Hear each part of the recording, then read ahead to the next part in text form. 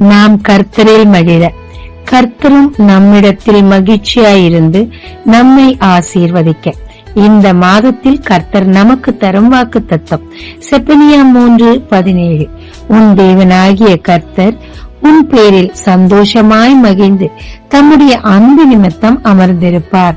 அவர் உன் பேரில் கம்பீரமாய் களி கூறுவார். தானியேல் நிமித்தம் கர்த்தர் மிக மகிழ்ச்சியாயிருந்தார். ஆரம்பத்திலிருந்தே உலகத்தால் தன்னை கரைப்படுத்திக் கொள்ளாமல் ஒரு காம்ப்ரமைஸ் ஜீவியத்தை வெறுத்திருந்தார். எல்லா சூழ்நிலையிலும் தேவனுடைய சித்தத்தை தேடி தேடி செய்தார். உபவாசித்து தேவனுடைய வெளிப்பாடுகளை பெற்றுக் கொண்டார். எந்த சூழ்நிலையும் ஜெபத்தை விடவில்லை. அவர் செய்கைகள் கர்த்தரை மிகவும் மகிழ்ச்சியாக்கியது.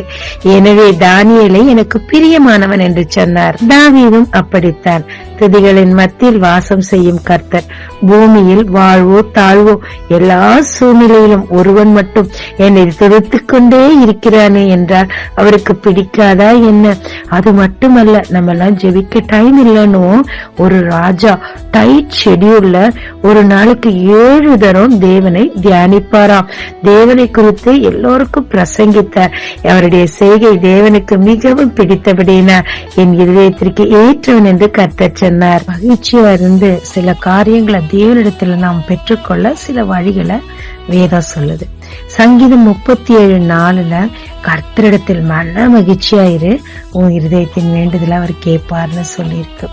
நீதிமொழி 17:22 மன மகிழ்ச்சி ஔஷதம்.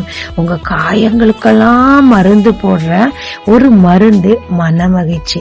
அது கர்த்தருக்குள் இருக்கும் போது சொல்லவே வேண்டாம், மருந்தும் ஆறுதலும் நிச்சயம். சங்கீதம் 119 பக்தன் சொல்றாரு, உம்முடைய வேதத்தில் மன மகிழ்ச்சியா இருக்கிறேன், உம்முடைய பிரமாணங்களில் மன மகிழ்ச்சியா இருக்கிறேன்னு சொல்றாரு. இன்னொரு பக்தன் சொல்றாரு, அத்திமரம் துளிர் விடாம போனா கூட, ஒண்ணுமே நடக்கலனா கூட உமக்குள்ள மகிழ்ச்சியா இருப்பேன்னு சொல்றாரு. ஆமாங்க, கர்த்தருக்குள் மகிழ்ச்சியா இருப்பது நம்முடைய பலன்.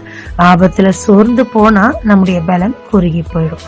எனவே கர்த்தருக்குள் மகிழ்ச்சியா இருக்க நாமே ட்ரெயின் பண்ணும்போது தேவன் நம்மில் மகிழ்ந்து தடைகளை நீக்கி ஆசீர்வாதங்களை இந்த மாதத்தில் நம் வாழ்க்கையில் கொண்டு வருவாருங்க. ஜீவிக்கலாமாங்க. தேவரீர் என் மூலம் நீர் மகிழ உமக்குள் மகிழ்ச்சியா இருக்கிறது எப்படின்னு சொல்லி எனக்கு கற்றுத்தாரும். உன் வேதத்தையும் பிரமாணத்தையும் காரியங்களை நேசிக்க அதில் மகிழவும் எனக்கு கற்றுத்தாரும். உன் பிரியத்தை நான் பெற்றுக்கொள்ள உதவும். இயேசு மூலம் பிதாவே, ஆமென். இயேசு கிறிஸ்துவின் நாமத்தில் இந்த நாளில் உங்களை ஆசீர்வதிக்கும் ஜீசஸ் விஷன்.